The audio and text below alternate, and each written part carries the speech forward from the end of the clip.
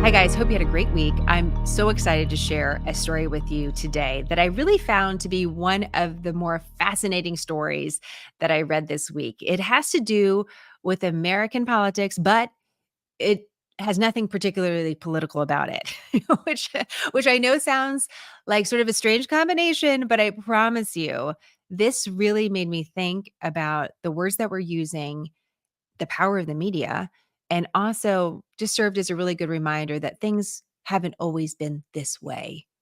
And so I'm really excited to get that for you and talk to you a little bit about that. Speaking of the power of the media, though, I want to talk to you just briefly about hurricane coverage in the news, because one of the big news stories this week is Hurricane Helene. It's going to continue to be a big story going into the weekend.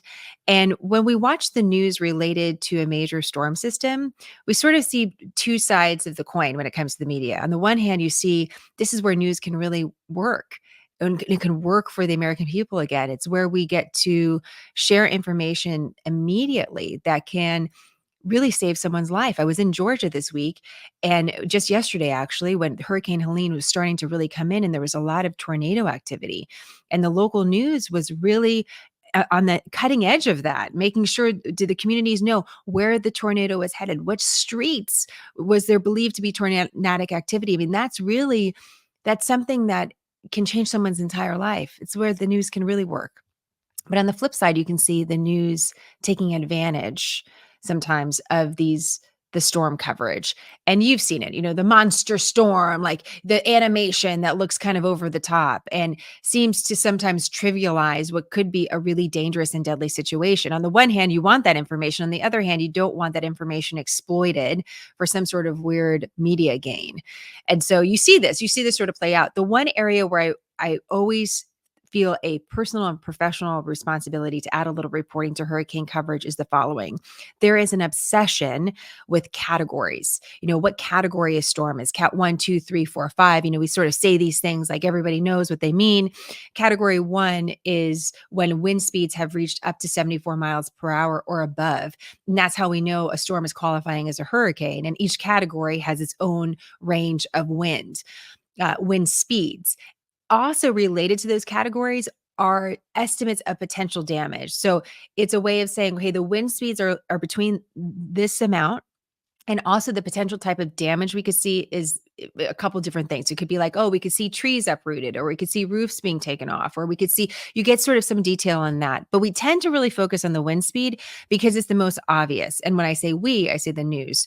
You're going to see journalists stand outside in the middle of the street while the wind is pelting them in the rain. And again, we're talking about wind speed. But the most important thing for you and your family when it comes to storm coverage is to really understand the threat of water, because flooding is the most dangerous and deadly part of a hurricane. It's also the part that doesn't always happen at the same time that the storm makes landfall. Sometimes it does. Sometimes it can come a little bit after. And because it's so visual to see the wind and talk about these categories, it's category 4 storm, it could be category 5, you get all these different predictions. We can lose what actually can be the thing that can be the most damaging and the most deadly. And I just wanted to share that as a reminder, because even as we're seeing this coverage, it's going to start turning the page as the storm weakens. It's already weakened to a tropical storm. There sort of can be this dismissal that it's not quite as deadly as when it was a category 4. It certainly is not as strong.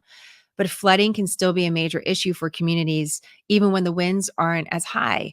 And in fact, Hurricane Katrina is a great example of that. If you think back to that devastating historic storm, there were times where the storm made landfall and brought with it this terrible storm surge and completely devastated communities. But in the story of New Orleans, the storm actually didn't make a direct hit. The flooding came a little bit later, but it was just as devastating and deadly.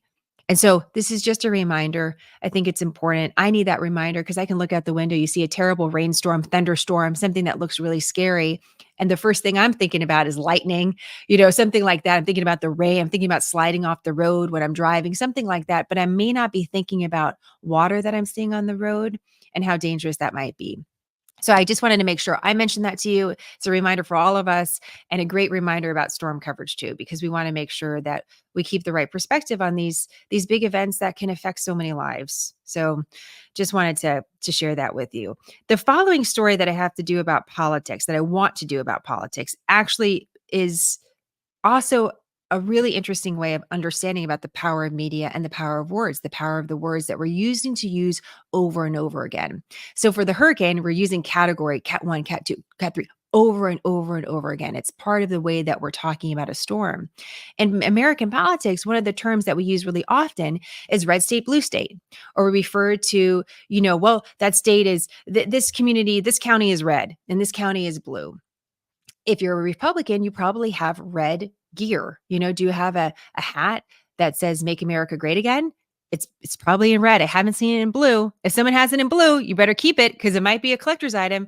For Democrats, if you have a Harrison Waltz sign in your yard, uh, it's probably blue. It's not going to be red. That would be confusing because if it was red, that's Republican, right? So then why? No, it has to be blue. But here's what I learned this week: the party colors that we so often associate with these two political groups is not only recent, it is also something that sort of arbitrarily came about because of different decisions in the media. It didn't have to do at all with the political parties themselves. The Republicans didn't wake up and say, you know what? I think we're going to be red, and Democrats, we're going to be blue. So how did this all happen? How did we suddenly start these associations if the political parties themselves didn't make that call? How did it come about? It turns out there were certain calls made in the media that started us down that road. But at the beginning, the Republicans were associated with blue and the Democrats were associated with red. Why did that happen?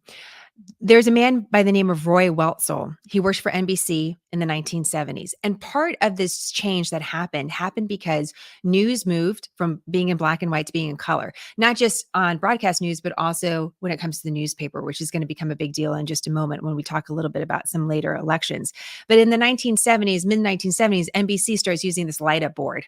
They're like, we're going to do something crazy. We're going to use a light up board for the election, right? Doesn't sound as crazy anymore because that's all we do all the time. But this was new for NBC. And so they had to make a decision. Well, what colors are we going to use? And so Roy Weltzel was running elections for NBC at the time. And he did this actually for several elections after this. But for the very first one where they had to make a decision, this is what he said. Without giving it a second thought, we said blue for conservatives because that's what the parliamentary system in London is. Red for the more liberal party. And that settled it. We just did it. Y'all, they just did it. That's just it. That's what they did. And actually, that's more or less sort of what it stayed. Republicans were associated with blue. Democrats weren't as associated with red per se, but there wasn't, again, a strict color affiliation. Things started to change around the years of 2000. So we get through the 1980s and now we're getting into the 1990s, and there seems to be somewhat of a coalescing all of a sudden of different colors that are being used by different networks. And we're getting more towards what we're seeing now, which Republicans are red and Democrats are blue. But at the beginning of what's important to know in those few decades is that there was kind of a mismatch. Some networks were using one color, and other networks were using other colors. Sometimes there was a yellow thrown in, sometimes there was a pink thrown in. It wasn't totally uniform. It started to get more uniform though, as we're getting now to what we would say is, more like the modern technology that we're using. And here's something else that the Smithsonian points out. Newspapers, thinking about this time back in the area, late 1990s, 2000s, were largely black and white. But 2 days after voters went to the polls in 2000, both the New York Times and USA Today published their first color coded county by county maps, detailing the showdown between Al Gore and George W. Bush. Both papers used red for the Republican, Bush, and blue for the Democrat, Gore. Why? Here's the quote: I just decided red begins with R, Republican begins with R. It was a more natural association, said Archie C., senior graphics editor for the Times. There wasn't much discussion about it. You guys, there wasn't much discussion about it. What we're using now, red for Republicans and blue for Democrats, there wasn't much discussion about it at all. It just started happening. And then everybody these different news organizations started to fall in line. And I can attest to this. When you're in a newsroom, oftentimes there's all these different televisions up from all over the country, but certainly the major national channels. You also have all these different newspapers around you. And you're looking at these things because you're looking at the competition. And if someone starts doing something interesting, you might start doing that as well. There's a different framing of an interview. You're using different animation. You're using different colors on the screen. Oh, so and so has this map. That looks pretty good. We should do a map like that. And these decisions start being made that start becoming part of the network. And they're not being made necessarily from the corner offices. They're being made by teams thinking, hey, that looks pretty good. And maybe we should do that. Or, NBC and ABC are using the same political colors. They're using red for Republicans now and blue for Democrats. We're going to just do that because like everything should be the same. It's not necessarily something sinister or something conspiratorial or anything like that. It just sort of becomes something all of a sudden. And the media starts falling in step and doing the same things. And now we're in a place where what? Republicans are red and Democrats are blue. It's amazing to me how that could happen, where there wasn't some real forethought. In fact, looking back on a couple of these articles I read into, you think about when the time where we really got these two parties, the Republican Party and the Democrat Party. And you can look back to the Civil War for when that happened. The Republican Party, the party of Abraham Lincoln, was associated with navy blue because of the uniform color. And the party of the South, the Democrats, was associated with gray because of the Confederacy. The Confederates were wearing gray. And so those colors didn't last. But then suddenly we're going to get to modern times and people are just going to start making decisions, either looking at England again. I'm like, did we fight a revolution against them? Should we use different colors? And then also just sort of thinking, well, there's alliteration. So Republican and red and Democrat and blue. I don't know about you. If someone told me I had to change the colors, like Democrats are suddenly going to be orange and Republicans are going to be green, I don't know if I'd be able to do it. It's that much part of the way that I think about American politics now. And so again, a reminder of the power of the media to not only affect what we see, but the words that we're using. Let me just finish up here. Benjamin Gross is a sociology and criminology professor in New York. And he told CNN had a great article about this topic that I'm going to link, that he looked at the term red state and blue state and its use between 2003 and 2007. And he concluded that readers may develop negative stereotypes of their fellow Americans based on the development of stereotypical red state or blue state behaviors and beliefs. CNN went back to him and asked him, well, what do you think about this now? Now it's many years after your study. And he said, here's the thing, like we didn't have social media. I wasn't looking through social media and those terms used on social media. And I'm worried about what it may look like if I do that now because of the associations and the ways that we use this term. Gross said that the terms may fail to reflect the range of opinions that exist simultaneously within states, neighborhoods, and even individuals. CNN went on to say this, after all, if issues are neither black nor white, voters themselves are rarely entirely red or blue.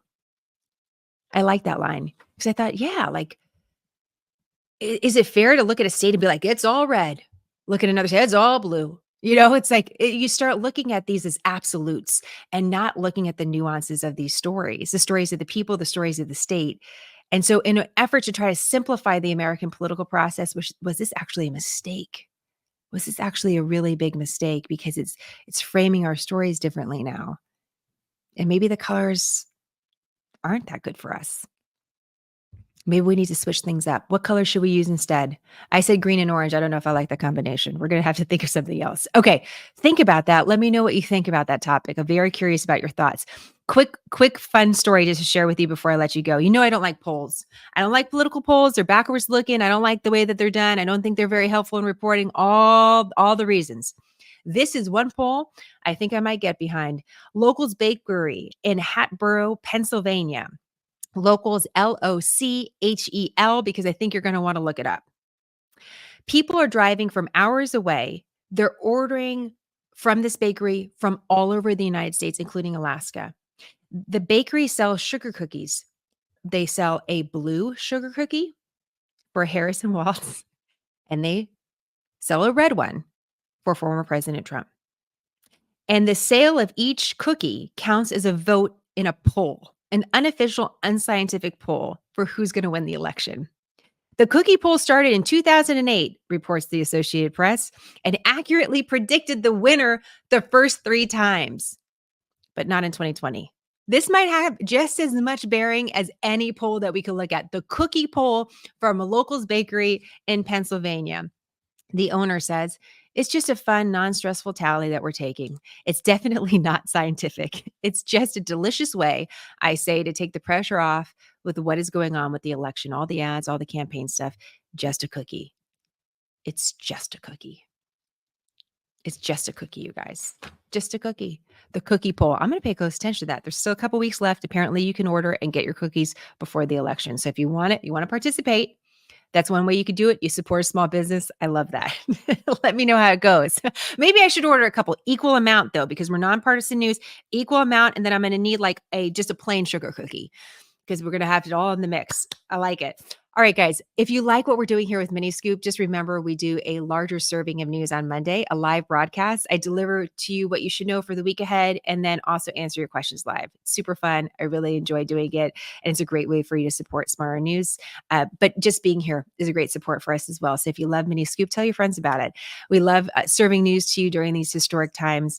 And it's really part of our mission to deliver quick, concise, nonpartisan news to you and your families because we know you're busy. You don't have a lot of extra time. No junk food for the mind. We can only get the good stuff. And that's what we're trying to give you. The good stuff that you should know, and feeling current should feel good. And that's what we want for you. We want you to have more time to live the story, whatever that is, whatever your story is. And we'll take care of the news for you and alert you when things are important and give you both sides, multiple sides when it's needed. So thanks for your support of Smart News. Quick, concise, nonpartisan news throughout the week on smarternews.com and on social media channels everywhere. And I look forward to hearing your thoughts. If it's not red and blue, what is it? And what cookie are you going to buy? That sounds good. Have a great weekend, you guys. I'll talk to you soon. Bye.